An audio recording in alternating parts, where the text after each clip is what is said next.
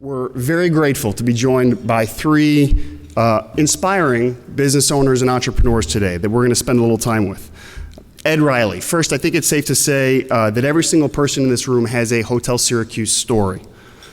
Maybe you went to prom there, you had a wedding there, some epic New Year's function, right? Everyone has a story. It's something I hear people talk about every day. This is one of our community's most iconic structures, and the gentleman who is helping to lead the redevelopment of that property is with us today, Ed Riley. David Katleski, the senator mentioned, who is taking a small restaurant and brewing operation and turning it into a major global enterprise, and we'll talk to David today.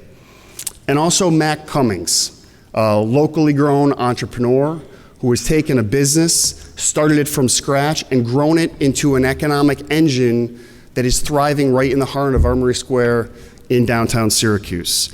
Each of these individuals represents one small piece of the bigger picture, and we're going to spend a little time with them today. Please join me in welcoming to the stage Ed, Mac, and David Katleski.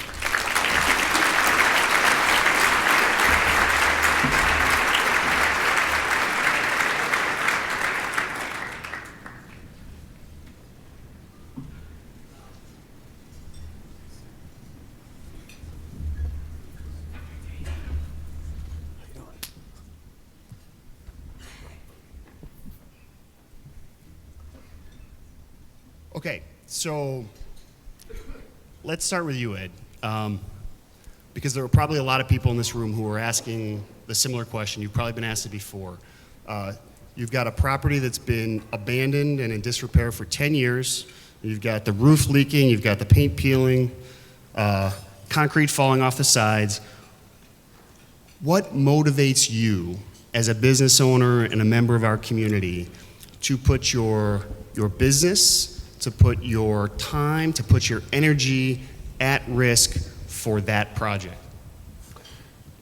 Very simple, the opportunity that's now in downtown Syracuse to see that historic structure that means so much to the community come back, and not just come back as a hotel that just caters to a transient, but also caters so importantly to social catering and to the community. And basically with the redevelopment of that, we become a symbol of everything that's occurred and all the heavy lifting that the people in this room have done. That's simple.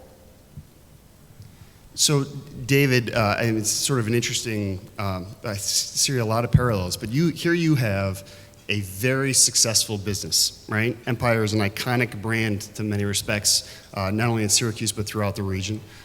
It's a strong business, it's a stable business, it's a profitable business, and yet, in the face of that, in an economy that's overall uncertain, you make a decision to take on more debt, to take a chance, to try to double the size of your business, to take on new projects and to enter into new markets. What is it that motivates you to take on that challenge? It seemed like I answered this question for my parents yesterday. So thanks, Dad. I think as an entrepreneur, if you stop growing, you die.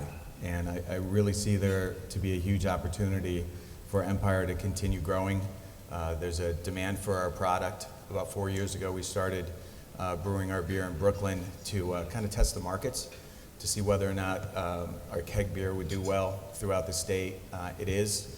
And also with my work at the New York State Brewers Association, we've taken an industry, and I say we, as a group of small entrepreneur beer makers throughout the state. We took a group in 20 years that had 4 small breweries to 192 in simply 20 years. The majority of the growth has been in the last 10 years from 38 to 192. But it's a huge economic engine for us, and frankly, I think the region can support it, but I think there's also ancillary business that will come from that through agriculture, as the senator mentioned earlier, with hops and barley and research, et cetera. So frankly, I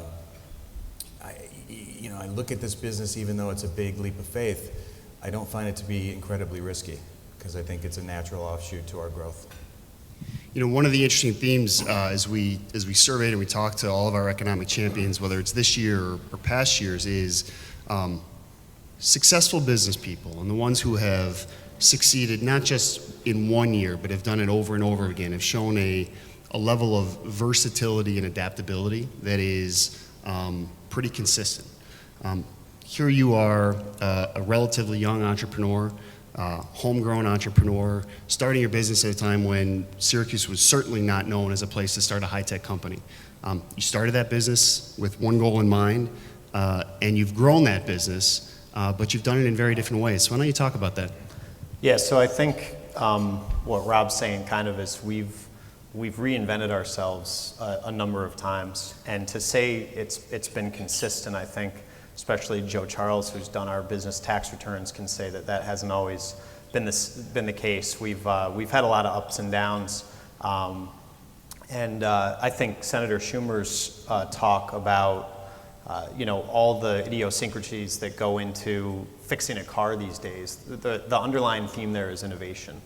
And there's a new book out by Peter Thiel where he talks about how the typical type of innovation for a company is if you make typewriters and you can make one typewriter, the goal is let's make 100 typewriters. And that's really horizontal expansion. The difference between that and innovation is we've got the typewriter, now let's invent the word processor.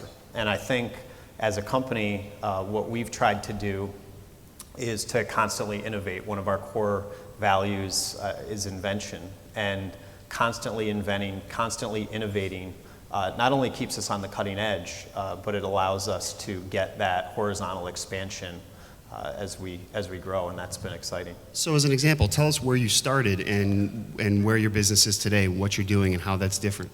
Yeah, so we started as a speech recognition company, believe it or not, and we spent about $440,000 building a speech recognition technology called J3, and shortly after we went out to sell it, our third partner quit, and my job was to raise the money first and then to sell the product.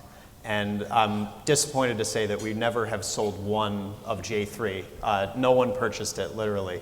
And so we just had no choice but to go out and reinvent ourselves. And we migrated into an area known as search engine optimization. And then we built a bunch of technology around influencer marketing. And that's what's allowed us to grow. So Ed, it dawns on me sitting here looking out over this community of stakeholders that one of the very purposes and reasons for existence for organizations like Center State CEO is to build a community of support around individual businesses and what they do. Can you talk a little bit about the community of support that's wrapped itself around you as you've taken on one of the most troubled and one of the most important redevelopment projects in downtown Syracuse? You've had a lot of support. Absolutely. The support that I've been fortunate enough, and the people I've been fortunate enough to work with on this has been superb. From the state and putting together and our Assembly and Senate leaders, helping us to get grants that were sort of languishing and bringing them together for this project, to the county executive, deputy county executive, the team that meets every Monday morning with the county, the city economic development, the mayor's support has been phenomenal. Center State's support, the many times that I've sat with you and guided me through the morass of the various things that we're trying to get done. I mean, this is a very complex project. There's a lot of parts and pieces to it. It's not an easy one to get done, but because of the community support and because of the people rallying around it to save it, we're in the position right now that we're very close to completing that process and getting it taken care of.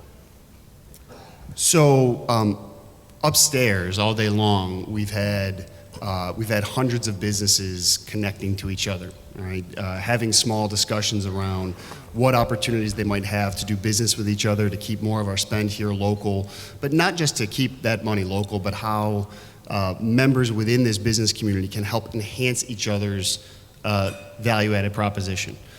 You've talked a lot, David, about connections being really important to your success and the right connections at the right time. Can you talk a little bit about that and the impact that's had on your business? Well, I think it all started in 2007 when we did a carbon footprint analysis of a piece of food that was on a plate at the Empire. And we determined that the food was traveling about 3,000 miles.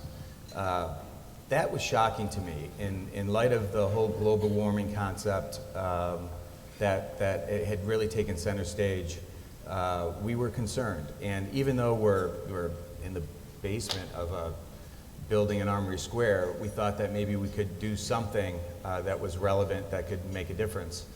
So we first worked with Blue Rock Energy, and we challenged them to create a product for New York State energy users, and that product would be New York State produced renewable energy exclusively, because most of the energy was coming in from a grid, of course, but a lot of the renewable energy was coming from the Midwest. When Niagara Falls is right outside of Buffalo, and we have Fenner Wind Farm in Cazenovia, it just didn't make sense to me that I couldn't find a New York State product for renewable energy. It started there. From there, we challenged all of our management team, which is joining us today. And every week when we get together for management meetings, we ask the question, how can we be more green? We have teamed up with 60 different local farmers. We have a compost program. Everything that we do, we try to do something that would be better for the environment, better for sustainability. And I think that has helped. I don't know to what point, you can't really quantify what type of economic impact we've had, although I see some of the farmers that we've teamed up with doing much better now. In fact, there's a Kobe beef farm or American Wagyu farm that is located right across the street from where our new brewery is in Cazenovia that will be using all of our spent grains, as Senator Schumer touched on. Apparently, and I didn't even know this, we use 90% of their stock right now of cattle, just down in the one restaurant here in Syracuse. My point, to not drag this out for too much longer, as we grow, all of our decisions are being made based on purchasing local, because I'm a firm believer, I've born, bred, and raised in New York. I'm a firm believer that our money has to be kept in New York State if we want New York State to thrive and if we want to grow as an industry. Just a quick statistic, New York State, as little as 5 years ago, was ranked 28th in the country compared to all the other states in terms of economic impact for breweries amongst our competing states. We're now ranked third, and we did that in literally 5 short years. I think that's indigenous to the New York spirit. We're really hard-headed, and we hate being second. So the goal is ultimately to take over that first place. But as we move forward with our new project in Cazenovia, we're teaming up with Feldmeyer to produce the very first brew house that they've ever made under our supervision. And they're known for doing manufacturing of fermenters. And Feldmeyer's is a Syracuse-based company. And up until literally 6 weeks ago, we were planning on buying our equipment in Oregon, only to find out right under our nose there was a company capable of building this multi-million-dollar sophisticated brewing facility. Also, Mrs. Audi was with us earlier. I hope she still is here. We're teaming up with Stickley to do a lot of our furniture at the new facility as well. And I think it's so key that all of our purchasing decisions keep the money tied, right, not only in central New York, but in New York State as well.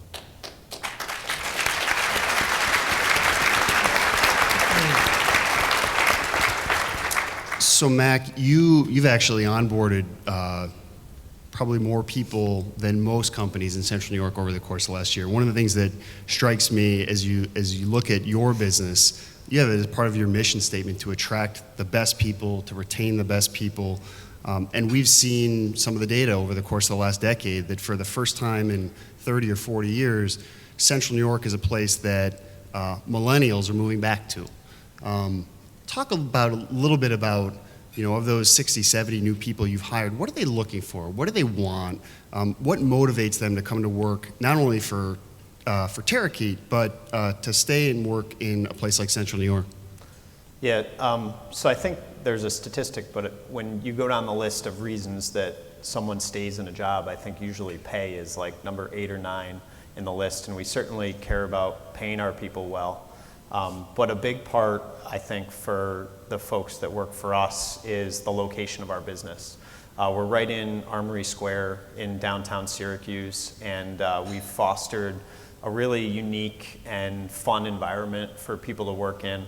There are a couple anecdotal stories. Recently, we talked about the fact that we're spilling out of the two buildings that we're in, and we don't physically have any more space. And so we're evaluating other options.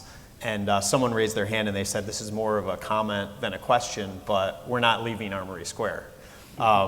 And so I think for our employees, being able to go and eat somewhere, have 30 different choices, Empire being one of them, for lunch and happy hour and all those things, it's critical to them. Another thing is that we met with Bob Doucette yesterday, and he's not only in the commercial business, but he's in the residential business, and they told us that 2 out of every 3 applications that they get for housing come from a Terakeet employee. So not only are they working in Armory Square, but many of them live in the general vicinity. So I think that's critically important. The Syracuse area, I think, has a real opportunity, particularly in downtown, because of this, what I think is an entrepreneurial ecosystem that's beginning to be built. And if you look at places like Silicon Valley, there's no question that they're way ahead of where we are in terms of technology companies. But that really came out of, a business, Hewlett-Packard, that was built in 1935. And since that, so many businesses have spun out of that, and so many venture capitalists have moved into the area, and this entire ecosystem has been built. And for the first time since I've built a business in Syracuse, or started building this business in Syracuse, I feel like every single component of the ecosystem is there in downtown, except the actual businesses. One you just mentioned that I've never heard of. There's probably 50 other businesses that people in this room have never heard of, but all of us have had that experience of hearing that something is right here in our backyard. And I'd love to see, if a business is up for a lease in the next couple of years, or a business is out in some office park that you've got to drive 20 minutes to for your employees to get to downtown Syracuse. We don't have attached parking to our building. We've never had a problem with parking. All of our employees have parking. And so evaluate downtown, that's my pitch, evaluate downtown as a place to bring your business to help further create that ecosystem that we really feel like at Terakeet is beginning to materialize. All told, over the last 5 years, over $2 billion of investment just between downtown, the University Hill area, the near west side, the north side. These investments are incredible in helping to drive the regional economy. Your business has changed a lot since you started. So look forward 5 years. What does Terakeet look like 5 years from now? Yeah, our real vision is that we want to be the company that connects brands with influencers. And so if someone asks you what Terakeet does, whether it's now or 5 years from now, we work with brands like Williams-Sonoma and Dollar Shave Club and Warby Parker and some of the world's cutting edge brands. And our goal is that we want to connect brands with a community online that really fits the taxonomy of what they want their end customer to be. And so that could be a blogger, that could be a webmaster, that could occur on social media, that could occur in a number of mediums. But our sense is that the nucleus of all of that, the epicenter of influence, is now happening on the web. And it permeates out from there, whether it's what you hear on your local news, or what you hear on CNBC, or what you read in the Wall Street Journal, or what you see on Facebook. It starts there. And we've created a technology platform that creates that connection between a brand and those folks of influence in specific categories. And so our goal, of course, that idea of invention is to further that in the next 5 years. And we feel like this is so at its infancy. It's so very early on in where everything is going. It's 1/10 of what traditional advertising is in terms of online advertising. We feel like riding that wave alone will be great, but we want to be the #1 most dominant player in the space in the entire country, and that's our goal. Excellent. Ed, I know there are people in this room who've thought about the Hotel Syracuse over the course of the last decade and said, you know what, it's beyond saving, tear it down, get rid of it, move on. Preoccupy yourself with something else, as a community. Tell us when the hotel is going to be open. Tell us what you want the first event to be. Tell us what that experience is going to be like when you bring that building back to life. Well, from the standpoint of where we are today and what it'll be, actually, we have running water in the hotel for the first time in quite a few years, so that's we measure little things. And we also have an elevator that works and has a sticker and it's been certified. So 2 for 2 and I don't have to take the stairs anymore. Which probably isn't a good thing. I probably should do that more often. But right now we've actually bid the first contracts on the hotel. Most of that has to do with getting the building dried in. We have roofing contractors, masonry restoration, demolition and cleanup people that have now submitted bids to Hayner Hoyt, who is our construction manager. And we're qualifying those, and we hope to have a crane out there and start work within the next 30 to 45 days. That's our goal right now in pushing it forward. The actual rooms product, which will be a brand new room, everything from the corridor walls to the perimeter will be gutted. You'll have a brand new room, so when you walk in that door, you'll see something that you'd see anywhere else in the country on a new build hotel. That renovation work should start early next year, probably February is what we're looking at to March. It'll take about 12 months after that to complete it. The hotel itself is an interesting thing because you're basically building a new hotel in a historic context, so we get to save all the things that people love, which are the ballrooms and the public spaces and the grand spaces, including some very historic artwork that's in the building.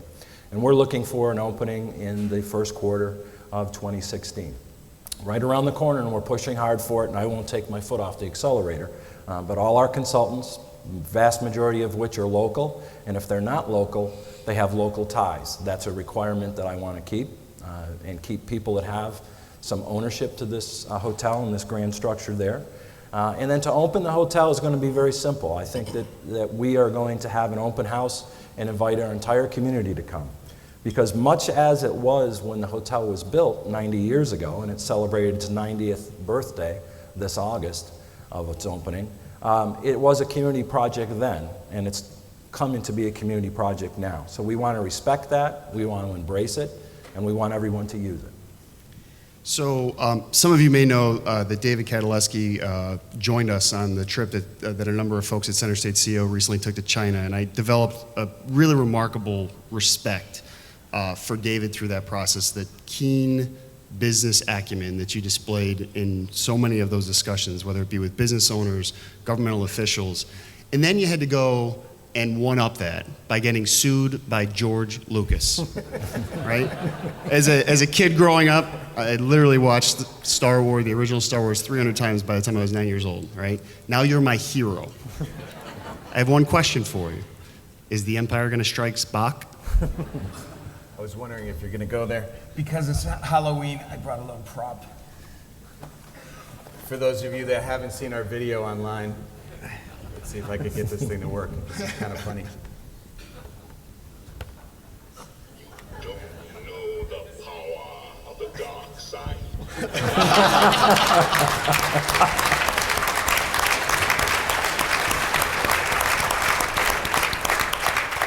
Ladies and gentlemen, please join me in celebrating David, Ed, and Mac and the success they've had this year. Thank you all very much.